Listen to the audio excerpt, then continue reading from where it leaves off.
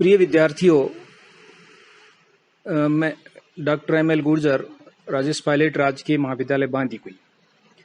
ये वीडियो जो मैं जारी कर रहा हूँ इस व्याख्यान को, वो बीए पार्ट 3 हिंदी साहित्य के विद्यार्थियों के लिए है। बीए पार्ट 3 का जो कोर्स है, उसमें जो फर्स्ट पेपर है वो हिंदी काव्य से संबंधित है। सेकंड पेपर जो है वो गद्य से संबंधित। तो बीए पार्ट 3 का पहला पेपर जो हिंदी काव्य से संबंधित है, उसमें आपके आधुनिक काव्य की एक निर्धारित पुस्तक है और हिंदी साहित्य का आधुनिक काल है। चूंकि देखें तो बीए पार्ट फर्स्ट में आदिकाल और भक्ति काल पढ़ाया जाता है और बीए पार्ट सेकंड में रीति काल पढ़ाया जाता है। अब शेष बचता है आधुनिक काल, वो बीए पार्ट 3 में पढ़ाया जाता है। सेकेंड ईयर की कक्षाओं तक हमने हिंदी साहित्य का जो इतिहास है उसके 3 काल हम पढ़ चुके हैं और चौथा जो हिंदी साहित्य का आधुनिक काल कहलाता है, जिसकी शुरुआत 1850 ईस्वी से मानी जाती है, वो बहुत महत्वपूर्ण है। 1850 ईस्वी से मानी जाती है, वो बहुत महत्वपूर्ण है। आज इस व्याख्यान में मैं आपके सामने इस आधुनिक काल की पृष्ठभूमि का विश्लेषण करना चाहूँगा, क्योंकि कोई भी काल, कोई भी समय, कोई भी काव्यधारा, उसके पीछे एक लंबी पृष्ठभूमि होती है और वो पृष्ठभूमि ही उसका निर्माण करती है। तो 1850 ईस्वी से हिंदी किस तरह से बदली, ब्रज के स्थान पर धीरे धीरे खड़ी बोली ने स्थान लेना क्यों शुरू किया, इसकी एक लंबी पृष्ठभूमि है जो इस व्याख्यान का आधार है, इसकी विषय वस्तु है। सर्वप्रथम आपको ये जानकारी होनी चाहिए कि जो रीतिकाल जो 1650 से 1850 ईस्वी तक चला, उसमें जो साहित्य लिखा गया, हिंदी में जो कविता लिखी गई, वो अलग प्रकार की थी। लेकिन हम इतिहास के अध्ययन से हमको पता चलता है कि भारत में 19वीं शताब्दी की शुरुआत से ही, क्योंकि तब तक भारत में अंग्रेजों का राज्य सुव्यवस्थित होकर के स्थापित हो चुका था।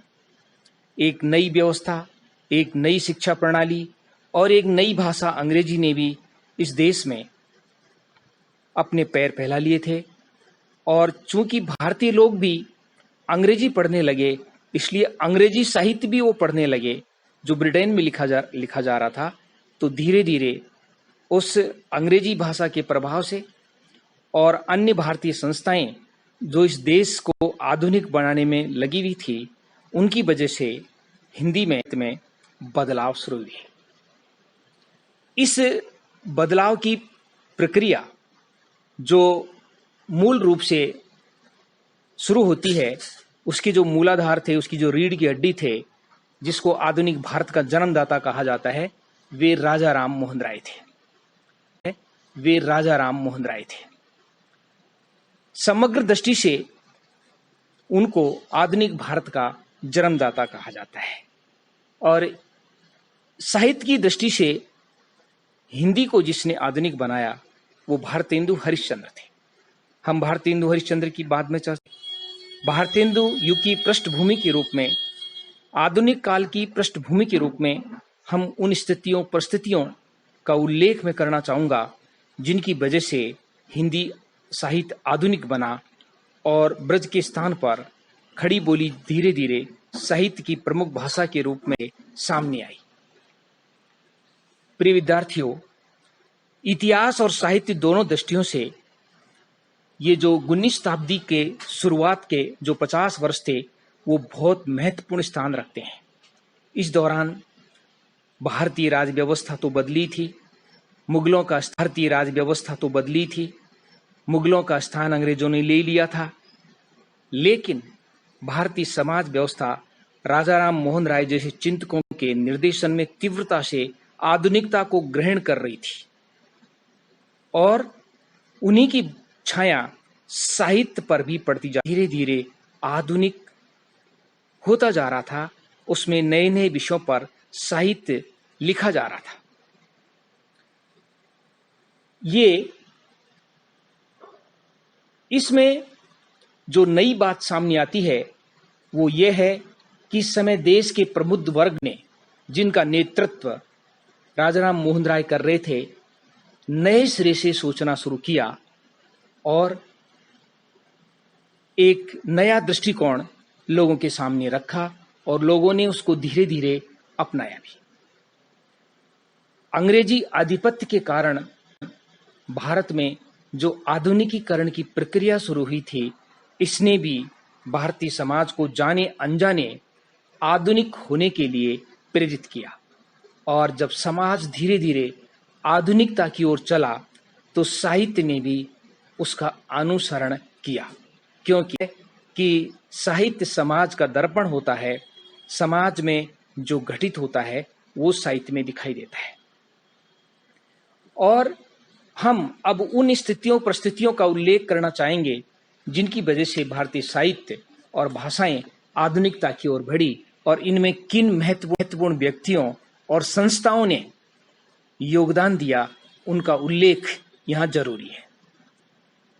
सबसे पहले सन 1803 में फोर्ट विलियम कॉलेज की कलकत्ता में स्थापना हुई और उसके एक हिंदी उर्दू के अध्यापक थे जो अंग्रेज थे, जॉन गिलक्रिस्ट। उन्होंने छात्रों के लिए हिंदी और उर्दू दोनों में गद्य की पुस्तकें लिखनी शुरू की। उसके बाद कुछ हिंदी के ऐसे लेखक सामने आए जिसने चाहे कथा लिखा हो लेकिन हिंदी को खड़ी बोली में लिखने का प्रयास किया। उसमें चार लेखक प्रमुख माने जाते हैं। सर्वप्रथम थे मुंशी सदासुख लाल। इन्होंने सुख सागर नामक एक छोटी सी पुस्तिका लिखी जिस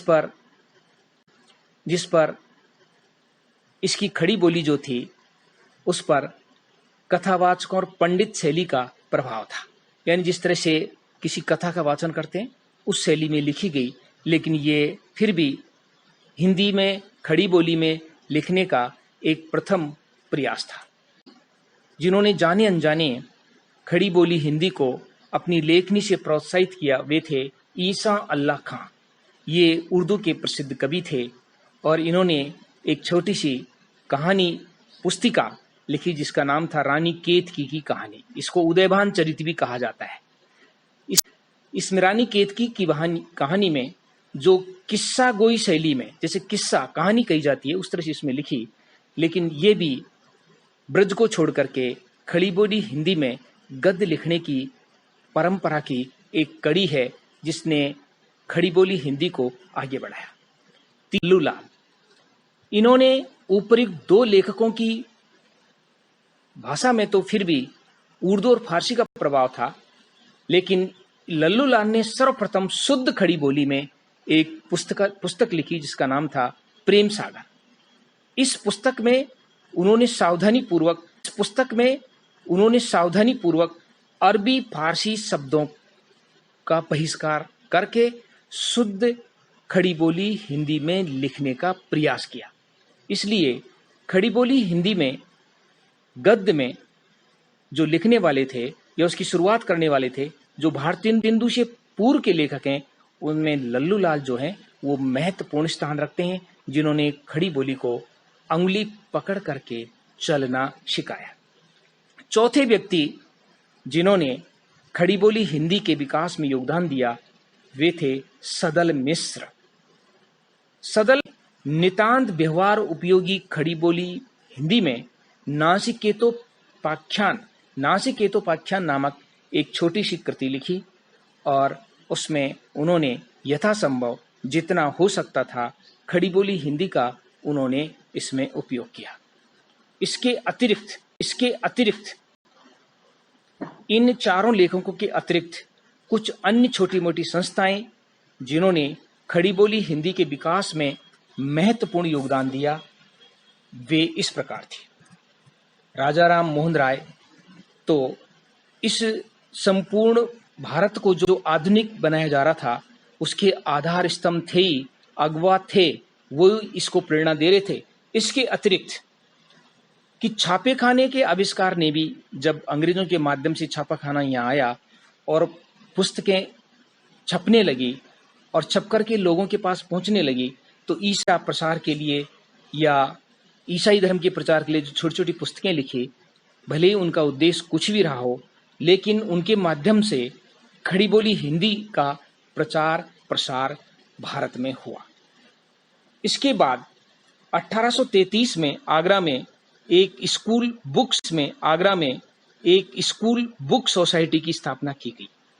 इस स्कूल बुक सोसाइटी ने छोटी छोटी पुस्तकें विभिन्न विषयों की खड़ी बोली हिंदी में लिखने की शुरुआत उन्होंने की और इनके माध्यम से खड़ी बोली हिंदी जो है वो आगे बढ़ी। जैसे 1840 में स्कूल बुक सोसाइटी आगरा, इसी तरह 1847 में इसी स्कूल बुक सोसाइटी ने रसायन प्रकाश नामक पुस्तक, जो रसायन शास्त्र को लेकर के लिखी गई थी, वो छपवाई।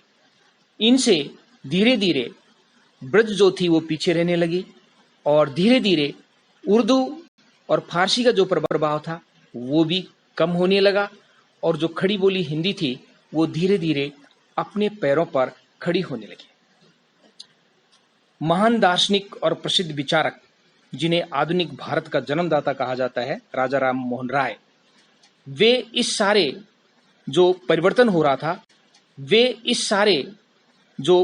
हो रहा था उसके केंद्र बिंदु थे।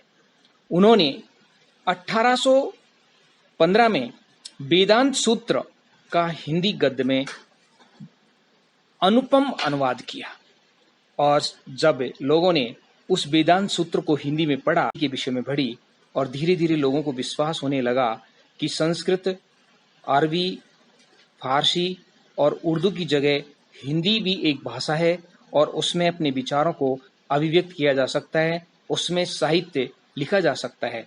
उन्होंने उर्दू और फारसी के साथ ही जो ब्रज की जो अवधारणा थी उसको राजा राम मोहन राय ने तोड़ा और हिंदी गद्य के प्रसार में राजा राम मोहन राय ने बहुत महत्वपूर्ण भूमिका अदा की। इसी तरह राजा राम मोहन राय ने 1829 ईस्वी में हिंदी में बंगदूत नामक एक पत्र निकाला और इस बंगदूत के माध्यम से उन्होंने अपने जो आधुनिक विचार थे, यदि उसका विषय सामाजिक, राजनीतिक, अन्य विचार होते थे, लेकिन भाषा जो थी वो खड़ी बोली हिंदी होती थी गद्य में, तो उससे धीरे धीरे हिंदी का प्रसार इस बहुत हुआ। उसी समय 1826 ईस्वी में पंडित जुगल किशोर ने हिंदी का पहला समाचार पत्र जो था वो कलकत्ता से प्रकाशित किया और उसका नाम था उद्दंड मार्तंड। पंडित जुगल किशोर पहले व्यक्ति थे जिन्होंने हिंदी में पहला समाचार पत्र कलकत्ता से, जो हिंदी क्षेत्र में नहीं आता है। ये बड़ी महत्वपूर्ण बात है कि हिंदी भाषा जो उत्तर भारत की भाषा मानी जाती है, खड़ी बोली हिंदी, उस खड़ी बोली हिंदी के विकास में, उसको खड़ी करने में सबसे ज्यादा जो योगदान था वो कलकत्ता, जिसमें राजा राम मोहन राय जो थे उसके अगवा थे। और राजा राम मोहन राय ने आधुनिक भारतीय समाज को आधुनिक बनाने के साथ साथ भारतीय साहित्य को भी आधुनिक बनाने की पृष्ठभूमि तैयार की और उसी पृष्ठभूमि पर खड़े होकर के आगे चल के भारतेंदु हरिश्चंद्र ने जो हिंदी, खड़ी बोली हिंदी में साहित्य रचना शुरू की, उसकी पृष्ठभूमि में राजा राम मोहन राय के द्वारा बनाया गया वो पृष्ठभूमि थी जिस पर वे खड़े भी हैं और जिसने हिंदी। इसके साथ ही इस प्रकार हम देखते हैं कि इन्हीं स्थितियों ने भारतीय साहित्य और भाषाओं को प्रभावित किया और इसी समय हिंदी में भारतेंदु हरिश्चंद्र जैसे साहित्यकार का आविर्भाव हुआ, जिसके नेतृत्व में आधुनिक हिंदी साहित्य की शुरुआत हुई सन 1850 ईस्वी से। और इसका जो वर्णन है अब हम अगले व्याख्यान में करेंगे।